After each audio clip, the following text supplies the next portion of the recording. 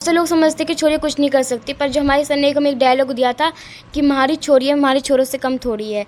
और मैं मैं बच्चियों को ये देना चाहूँगी सुझाव कि उनको खेल में ज़्यादा पति बनना चाहिए, जिससे लोगों को ये लगे कि लड़कियाँ कम नहीं हैं, लड़कियाँ सबसे आगे हैं। नमस्ते, क्या नाम है तुम्हारा? मेरा नाम वंशिया कुमारी है। अच्छा, हॉकी में कितने खिलाड़ी होते हैं और कैसे खेलते हैं? हमारे 18 खिलाड़ी होते हैं और हमारे कोऑर्डिनेट बनता है कि जब अपने पास है मैन चेक करना है, मैन चेक जब करना है कि अगर जब उसके पास बॉल हो, ऐसा हमारा होता था। सारी प्रैक्टिस सुबह हमें 4 बजे उठना पड़ता था और 5 बजे और 5:15 बजे के हमें बीच में ग्राउंड पे पहुंचना पड़ता था।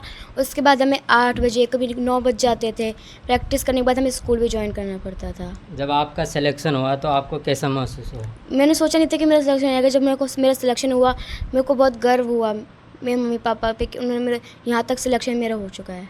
मेडल जीत के आपको कैसा लगा?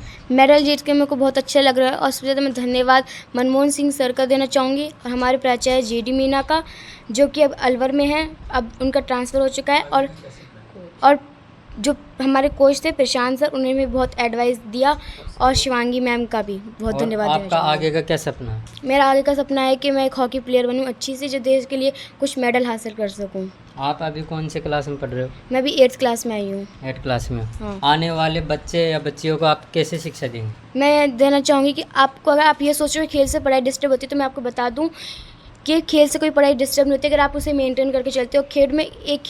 खेल एक ऐसी चीज़ है ना, जिसे आप मेंटेन करके चल सकते हो आराम से, और खेल से शारीरिक विकास, उसमें कोई रुकावट नहीं होती। बोलिए। बहुत से लोग समझते कि छोरी कुछ नहीं कर सकती, पर जो हमारे सर ने हमें एक डायलॉग दिया था कि हमारी छोरी है हमारी छोरों से कम थोड़ी है।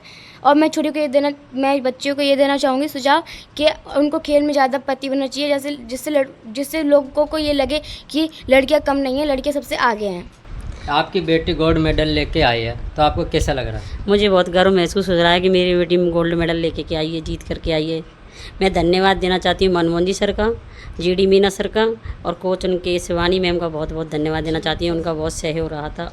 प्रशांत सर भी साथ थे इनके। तो आपको ऐसा कैसा लगा कि ये बच्ची हॉकी में खेल रही है या शिक्षा पे ध्यान नहीं है, तो आपको कैसा लगता है? ऐसा मुझे बिल्कुल भी नहीं लग रहा कि बच्ची पढ़ाई पर ध्यान नहीं दे रही है।